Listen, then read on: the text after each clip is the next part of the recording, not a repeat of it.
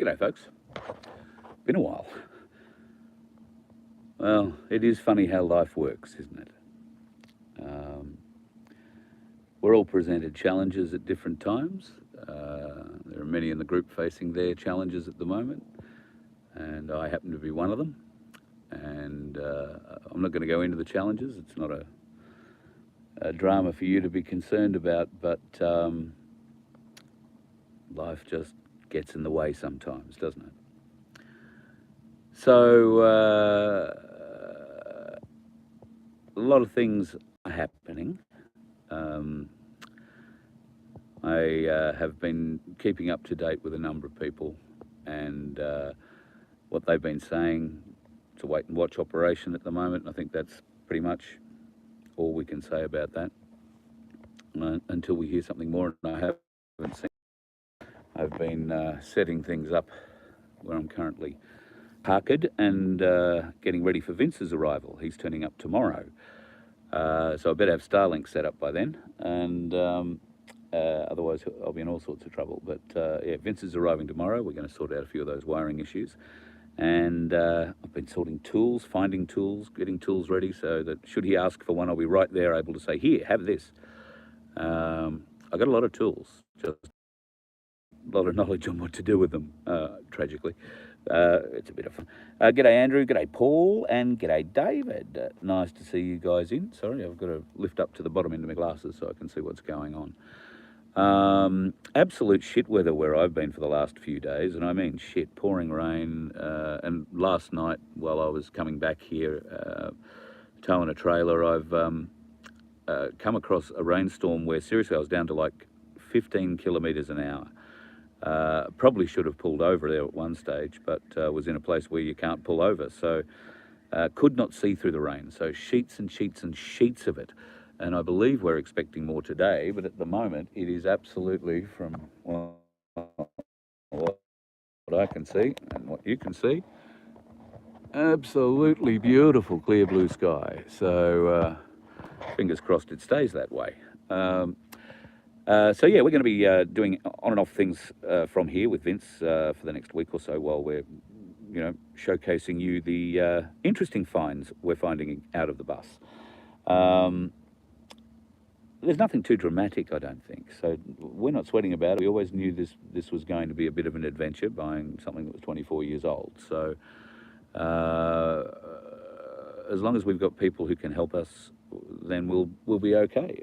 If we've got to go and pay trade rates to get all this done, then yes, it's probably not the world's greatest thing, but we're getting a lot of mates rates. So particularly when it comes to Vince and to Tony, who have been beyond brilliant and helpful.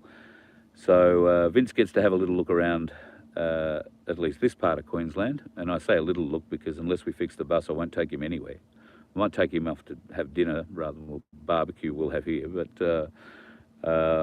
if he was expecting a holiday, it's not happening. So yeah, there's been a lot of work going on around here, and I've been trying to help out there as much as I can, as well as sort out personal challenges that have been in front of me for the last week or so. That's why things have been a little interesting from my perspective. It's very difficult given I've been on the road a lot in the last 2 weeks. Forget about the trip to Victoria and back. Since getting back, I haven't stopped, and sometimes that's till late tonight. One of those late tonight kind of things will be tonight. So, Toowoomba, we're coming your way. Cass and the Ainsley team are putting a show on in Toowoomba tonight. I'm not exactly sure where it is just yet, but I thought I might come along for the drive. So once I get an idea of where that venue is and what's going on tonight, I'll do another live a little later on today to let folks in Toowoomba know that we are coming to Toowoomba tonight. Now, if you are interested in wealth management, particularly your own wealth management, then tonight could be a very interesting night for you. Find out the answers to the questions you may have from Cass about self-managed super funds and about bullion from one of the team from Ainsley. In fact, Cass has just, yeah, Cass has just texted me now saying, I didn't realise it was so far away. So, yes, it is a little bit of a drive. She'll probably have a sleep on the way home. Let's hope I don't. Bad bit of road, that, the Warrego Highway. But we will skip over there tonight, and at this stage, unless she changes her mind and wants to stay the night, in which case she'll probably just drive herself, I'll be doing a show from here. But Vince back tomorrow, picking him up tomorrow before lunch, I think. So we'll have a little bit of a chat with him on the way back to Witherin, and then we'll see what happens from there. I've been getting a lot of phone calls from people about obviously what's going on with Guru and Bosie. Look, I've spoken to Dave once. We had a good long conversation, a very open and honest conversation. It was a great chat. And there will be more of them, I have no doubt. I think everybody knows that he's a pretty downhearted man at the moment, and I'm unsure whether or not Ricardo has answered the questions in the email that Dave sent him, but from what I understand, that was, a real sticking point. Those questions needed to be answered, and so far as I'm aware, they haven't been, at least not in email, and or not written down. So that in itself presents problems. So at some point, maybe he's already done it, I haven't checked, but Dave will come out and have something to say about that. I hope those trolls that have been having a go at Bec Freedom are backing down a bit, because it's shooting the messenger. It's just ridiculous and pointless. And Bec, I think, is doing an outstanding job dealing with them at the moment, unless she's getting emotionally involved, in which case my advice would be don't. There is no point. There are people from the troll side that do feel, for many people in this movement at this time, even though they've had their suspicions about many people in the movement for a long time, some confirmed, some not confirmed. Obviously, with what's going on at the moment, they're crowing a bit, but the full details of everything will emerge eventually. They always do. When that happens, might have a bit more to say. I'm a bit hamstrung. I know a lot more, but without confirmation and somebody coming forward and backing all that up, then it's just me blowing a whistle, and it's not even a good whistle. So I wouldn't do that without having the support of the people who are making those sorts of allegations and having them come out and say that. So, g'day Grant, hope you're doing well. Nice to see or hear from you too. I'm sorry, you'll have to go back to the start to figure out why I've been away. Damien, Central Queensland, mate. Which part of Central Queensland? I know Central Queensland quite well. Worked in Gladstone for many years and drove all around Central Queensland giving out breakfast. Guru said last night, Russ, that he's reviewing an email. Yeah, well, that's cool. That's great. I'm glad if that is the case, Ricardo has written one, and I guess we'll see what happens. It will be very interesting to see what happens, because, like I say, there are many other people aware of what's going on and of more behind the scenes sort of stuff. So until the people actually involved in that are willing to come forward, and they're not, because they respect Ricardo, they respect the Bosies. They don't want to hurt them, but they're being torn down by the Bosies. They feel heartbroken and angry at the same time, and then they're being attacked for just being good people. This is, not kosher, as they say, I guess. So, with a bit of luck, the Bosies will find someone away. Gladstone, mate. Yeah, spent many years in Gladstone. Spent a particularly bad night on Coin Island once. First time I'd ever seen Queensland strippers, but that's a whole other story. I learned to fly in Gladstone, at the Gladstone Airport. Many years ago, Cessna 172. And what else did I? Got up to an awful lot of stuff in Gladstone. Good old 4CC, back in the days when Cliff Reeve was in town. So yeah, great part of the world. I've got very fond memories of Gladstone, very fond. I was back there a few years ago for a radio reunion. When I say a few, it's now, must be 12 years ago. Wow.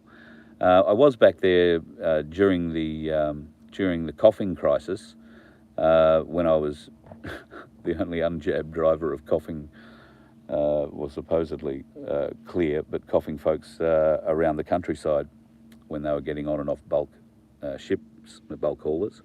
I was responsible for the crew changeovers, so there were buses and drivers and whatnot. But I went to Gladstone a couple of times for that, but really it was pull in at 2 o'clock in the morning, sleep for 12 hours, get up, go back to the coal facility, pick up the off-bounding crew and drive them straight back to Brisbane. Put them in a hotel, lock them down, you go home to bed. So that's really how it worked. Yeah, so as for anything else happening in the world, I really have no idea. I haven't been on Telegram. I haven't been anywhere checking out the usual Intel channels because I've just simply been busy with life. Unfortunately, life really got in the way.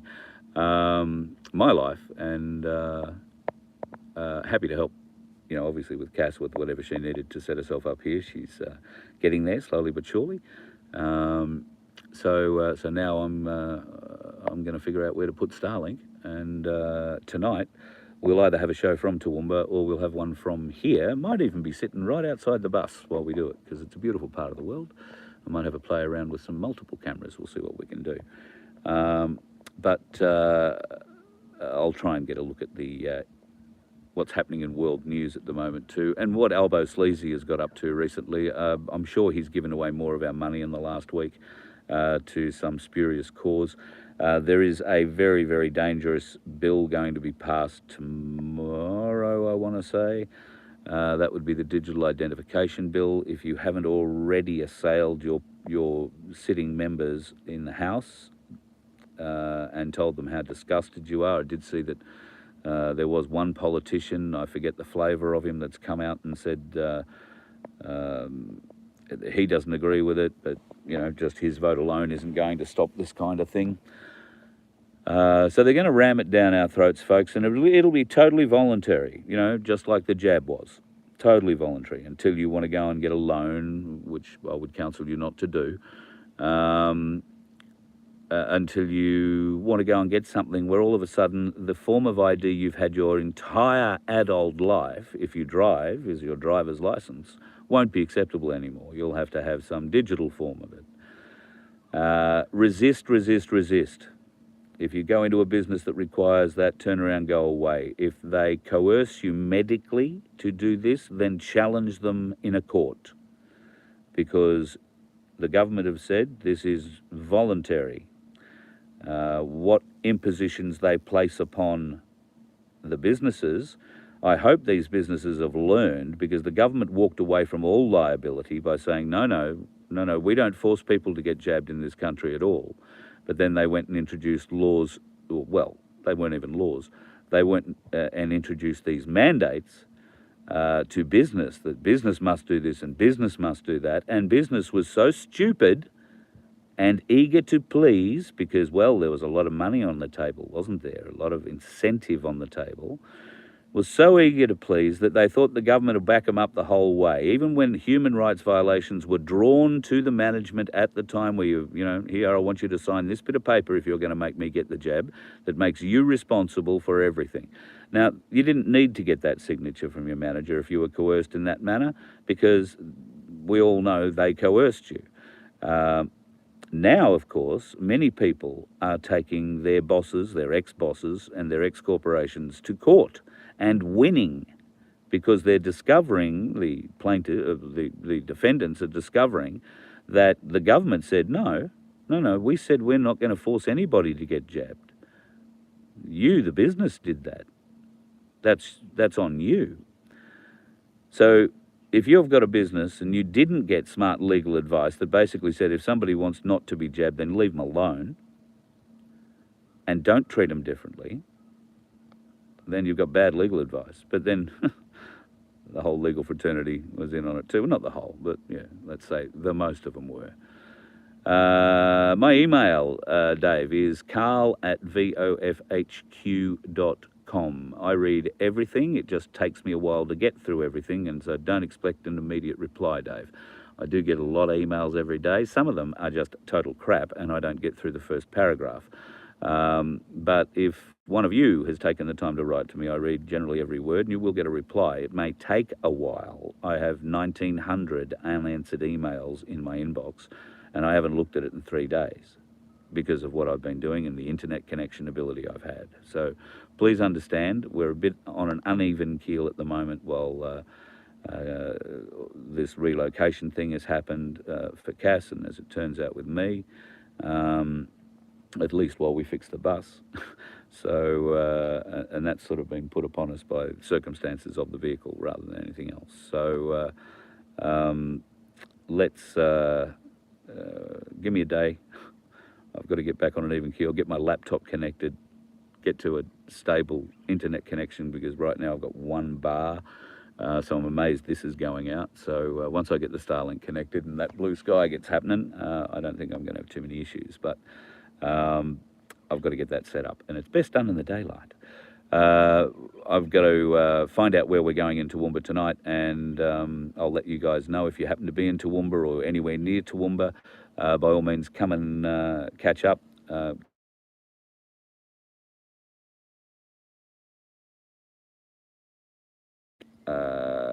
From about 6:30, they normally start 7 o'clock. And if you have questions about self-managed super funds or how you can transfer your wealth into bullion, gold, silver, what it's worth, how you get it, where you store it, all that sort of stuff, all those questions answered by the Ainsley Bullion team who'll be there tonight as well. I'll let you know where and when a little later on. People are starting to ring me, so I better get moving and set up Starlink as well. Talk to you soon, folks. Bye.